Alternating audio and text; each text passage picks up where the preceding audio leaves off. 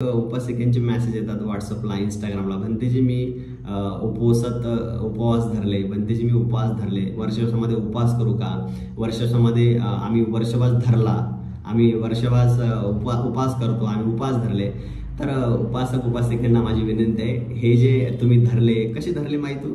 कुठं धरले उपवास कुठं धरले तुम्ही आणि वर्षवास कुठं धरला? वर्षवास आहे बौद्ध भिक्षूंसाठी आणि त्याच्यामध्ये तुम्ही कुठं धरता? मंडळी नमो बुद्धाय, जय भीम. स्वागत आहे तुमचं भंते कश्यपली यांच्या युट्यूब चॅनलवरती. मित्रांनो, आज आपण जाणून घेणार आहोत वर्षवासामध्ये उपवास करायचे की उपवासत करायचे. मला अनेक लोक इंस्टाग्रामवरती विचारतात, व्हॉट्सअपला मेसेजवरती विचारतात, भंतेजी मी वर्षवास धरले, मी उपवास पकडले, मी वर्षवास करते, मी उपवास करते. मित्रांनो, प्रिय उपासक उपासिकेंनो, वर्षवासाचा पवित्र आणि पावन महिना सुरू आहे. प्रत्येक व्यक्ती श्रद्धेने वर्षवासामध्ये शिलेचं पालन करतात आणि या वर्षवासामध्ये बऱ्याच लोकांना नेमकं माहिती नाही उपवासत आणि उपवास यामधला फरक. आणि म्हणून व्हिडिओ संपूर्ण बघा, म्हणजे तुम्हाला कळेल की उपवास किंवा उपवासत वर्षवास कोणासाठी असतो, वर्षवास कोण करू शकतं, वर्षवासाची निर्मिती कशी झाली आणि वर्षवासामध्ये उपवासत किंवा उपवास मध्ये काय फरक आहे. तर सुरू करूया मित्रांनो. आपण तुम्हाला माहिती आहे की वर्षवास जो आहे, भगवान बुद्धाच्या काळामध्ये बौद्ध भिक्षू 12ही महिने धम्माचा प्रचार आणि प्रसार करायचे. बुद्धाने भिक्षूंना सांगितलं होतं, चरत भिक्कवे चारिकं बहुजन हिताय, बहुजन सुखाय, लोकानुकंपाय, आत्ताहिताय, आदि कल्याणं, मध्य कल्याणं, अंत कल्याण. हे भिक्षूंनो, बहुजनांच्या सुखासाठी, बहुजनांच्या दुःख मुक्तीसाठी हा मानव जो आहे दुःखामध्ये आहे, अंधाराकडून अंधाराकडे जातोय, अकुशल कर्म करतोय आणि म्हणून याला माझा जो धम्म आहे, पंचशील, आर्य अष्टांगिक मार्ग, 10 पारमिता, प्रतिज्ञा समुत्पाद, हा माझा धम्म बहुजनांच्या सुखासाठी, हितासाठी तुम्ही चारिका करा, तुम्ही फिरा आणि त्यांना सांगा हा धम्म. असा आदेश बुद्धांनी भिक्खू संघाला दिला आणि भिक्खू संघ 12ही महिने धम्माचा प्रचार आणि प्रसार करू लागले. मित्रांनो, जेव्हा वर्षा म्हणजे पाऊस, वास म्हणजे वास्तव्य करणे, राहणे, जेव्हा पाऊस यायचा त्या काळामध्ये सुद्धा बौद्ध भिक्षू धम्माच्या प्रचारा प्रसारासाठी चारिका करत फिरत असायचे. आणि असं असताना पावसाच्या काळामध्ये शेतकरी जे असतात ते शेतामध्ये पेरणी करतात, शेतामध्ये रोपटी उगवतात आणि पावसाच्या काळामध्ये तुम्ही बघाल की जास्त प्रमाणामध्ये जे जमिनीमध्ये आतमध्ये, जमिनीच्या आत राहणारे जे कीटक आहेत किंवा किडे आहेत ते पावसाळ्यामध्ये बाहेर येतात. तर मग वर्षवासाच्या कालावधीमध्ये हा जो वर्षवास आहे याची उत्पत्ती कुठून झाली? तुम्ही जर विनयपिटक वाचलं तर विनयपिटकामध्ये भगवंतांनी वर्षवास कधी करावा, कसा करावा आणि का करावा अशा प्रकारे विनयपिटकामध्ये त्याचा उल्लेख तुम्हाला सापडेल.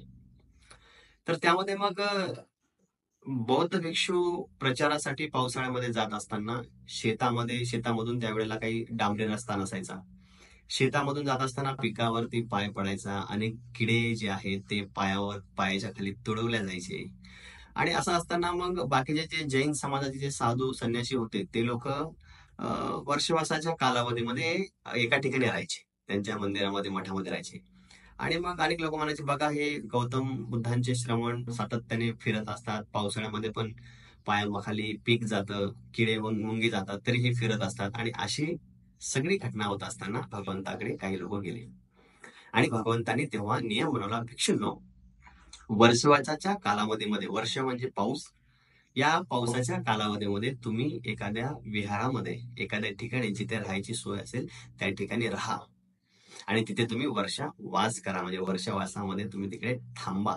आणि सगळ्यात महत्वाचं म्हणजे जे फक्त विनयपिटकाचं अनुसरूनच आणि भिक्षूंनी वर्षवासाची माहिती सांगितलेली आहे, सगळ्यात महत्वाचं म्हणजे की बुद्ध म्हणतात, भिक्षूंनो, तुम्ही 12ही महिने उपासकांसाठी करता, त्यांना तुम्ही धम्म सांगता, फिरता, परंतु या 4 महिन्याच्या कालावधीमध्ये तुम्ही स्वतःला जाणा, स्वयं काय आहे, स्वतः तुम्ही कोण आहात, स्वतः ध्यान करा.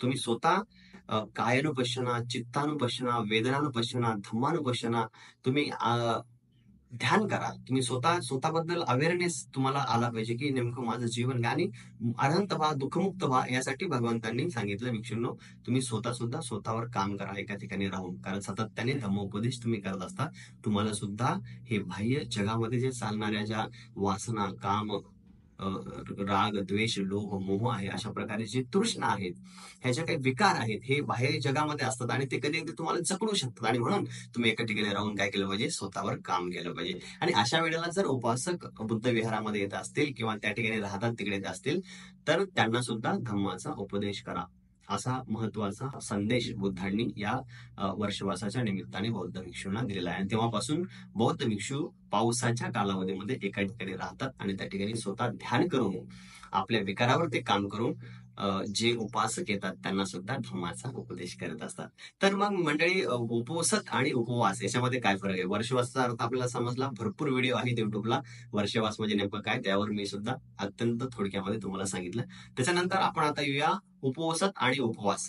तर उपवास म्हणजे काय, मला मुलगा झाला पाहिजे, माझे पोरं नोकरीला लागले पाहिजे, मला समाधान, सुख, शांती, लक्ष्मी प्रसन्न झाले पाहिजे, म्हणून देवाला घातलेलं साकडं काहीतरी प्राप्त करण्याच्या उद्देशाने देवाला केलेली मागणी त्या निमित्ताने म्हणजे उपवास.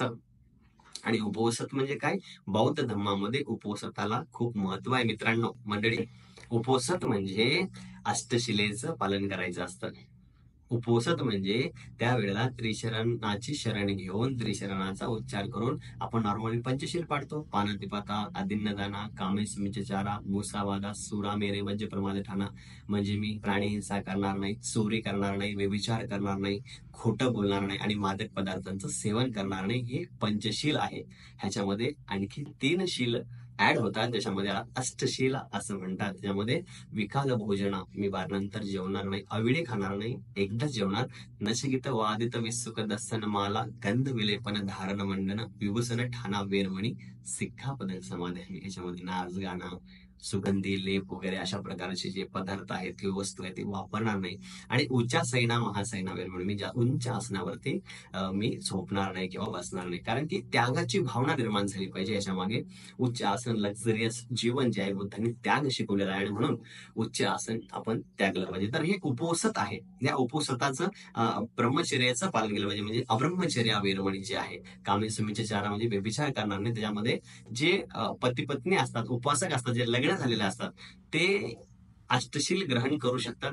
आठवड्यातून एकदा किंवा महिन्यातून 4 वेळा किंवा ह्या 4 महिन्यातून 4 वेळा तुम्ही ग्रहण करू शकता, जसं तुम्हाला पॉसिबल होईल तसं. त्याच्यामध्ये आणखी तुमच्या जवळपास कोणी भिक्षू असतील त्यांना तुम्ही त्याची विचारणा करू शकता की म्हणते ब्रह्मचर्याचं पालन कसं केलं पाहिजे. तर अष्टमी, अमावस्या, पौर्णिमा किंवा प्रत्येक संडेला जसं तुम्हाला कम्फर्टेबल होईल, जसं तुम्ही करू शकाल, अशा पद्धतीने आपण ब्रह्मचर्याचं सुद्धा पालन आपण केलं पाहिजे. तर अशा प्रकारे जे मित्रांनो, हे आहे उपवास आणि उपवास. परंतु मला अनेक उपासकांचे मेसेज येतात व्हॉट्सअपला, इंस्टाग्रामला, बनतेजी मी उपवास धरले, बनतेजी मी उपवास धरले, वर्षामध्ये उपवास करू का, वर्षामध्ये आम्ही वर्षवास धरला, आम्ही वर्षवास उपवास करतो, आम्ही उपवास धरले. तर उपासकांना माझी विनंती आहे, हे जे तुम्ही धरले, कसे धरले माहिती हो? कुठं धरले मग उपवास, कुठं धरले तुम्ही, आणि वर्षवास कुठं धरला? वर्षवास आहे बौद्ध भिक्षूंसाठी, आणि त्याच्यामध्ये तुम्ही कुठं धरता? हा, जिथे आता परंपरा झाली महाराष्ट्रामध्ये बौद्ध धम्माचे ग्रंथ वाचण्याची, बुद्धांडीज धम्मा, मिलिंद प्रश्न आणि अजून बरेचसे काही, तर त्याच्यामध्ये भिक्षू अवेलेबल नाहीत, वर्षवास करण्यासाठी भिक्षू अवेलेबल नाहीत. तर तुम्ही बौद्ध उपासक ग्रंथ वाचू शकता, ग्रंथ तुम्ही वाचू शकता, आणि त्याचा एखादा एज्युकेटेड असेल, हुशार मुलं मुली असतील, जे निरूपण करू शकेल, म्हणजे त्याचा अर्थ सांगू शकेल, ते वाचू शकतात ना, काही प्रॉब्लेम नाही. परंतु वर्षवास हा भिक्षूंसाठी असतो, उपासकांसाठी नाही. आणि ह्या वेळेला मग उपासकांनी काय केलं पाहिजे, तर जे आपल्या विहारामध्ये राहणारे जे भिक्षू आहेत, त्या भिक्षूंची आपण काय केली पाहिजे, सेवा केली पाहिजे. तर सेवा म्हणजे काय, तर त्यांना भोजन दान दिलं पाहिजे, त्यांना लागणाऱ्या वस्तू, छत्री असेल, त्यांना अष्टपुरस्कार असेल, 8 वस्तू ज्या त्यांच्या जेवण उपयोगी आहेत त्या दिल्या पाहिजे, त्यांना भोजन दान दिलं पाहिजे, धम्मदान दिलं पाहिजे. बुद्ध म्हणतात, दानं ददंतु श्रद्धाय, श्रद्धेने दान द्या. आणि पैशाचं दान म्हणजे दान नाही बरं का, अनेक आहे. वस्तूचं दान द्या, ज्ञानाचं दान द्या, वेळेचं दान द्या, साफसफाई करा, विहार असेल त्या ठिकाणी, जे एखाद्याला मदत करा, सुखदुःखामध्ये धावून जा. हे दान आहे. फक्त धम्मदान म्हणले की लोकांना वाटते भंते पैसेच मागतात की काय. आणि म्हणून माझ्या प्रिय उपासक उपासिकेंनो, उपवासाचं पालन करून पुण्य संपादित करा आणि वर्षवासामध्ये दान करा, त्याग करा, सेवा करा. हे भगवान बुद्धाचे गुण आहेत. आणि अशा प्रकारे जर आपण या पवित्र वर्षवासाच्या पावन महिन्यामध्ये आपण जर अष्टशील उपवासाचं जर पालन केलं तर त्याची बेनिफिट तुम्हाला नक्कीच मिळणार आहेत. धार्मिक राह धम्म हा आचरणामध्ये आहे, वागण्यामध्ये आहे. आणि भगवान बुद्ध आणि त्यांचा धम्म अत्यंत सुंदर ग्रंथ बाबासाहेबांनी लिहिला असून त्याचं पालन केल्यास आपण मानवी जीवनामध्ये दुःखातून मुक्त होऊन परम निब्बाणाची परमसुखाची प्राप्ती करू शकतो. तर अशा प्रकारे मित्रांनो, आपण जाणून घेतलेला आहे उपवास आणि उपवास यामधील फरक. या वर्षवासाच्या पावन महिन्यामध्ये अष्टशील उपवासाचं पालन करा, भिक्खू संघाची सेवा करा, त्यांना पूजन दान द्या, त्याग करा, धम्माचं पठन करून त्याप्रमाणे आचरण करा. कारण बुद्ध म्हणतात आचरण अत्यंत महत्वाचं आहे. सदाचार, शील, वागणूक अत्यंत महत्वाची. म्हणून कुशल कर्म करा. व्हिडिओ आवडल्यास कमेंट करा. आणखी तुमचे कशा संदर्भात व्हिडिओ बनवायची मला कमेंटमध्ये सांगा, मी त्यावर नक्की बनवेल. धन्यवाद. जय भीम.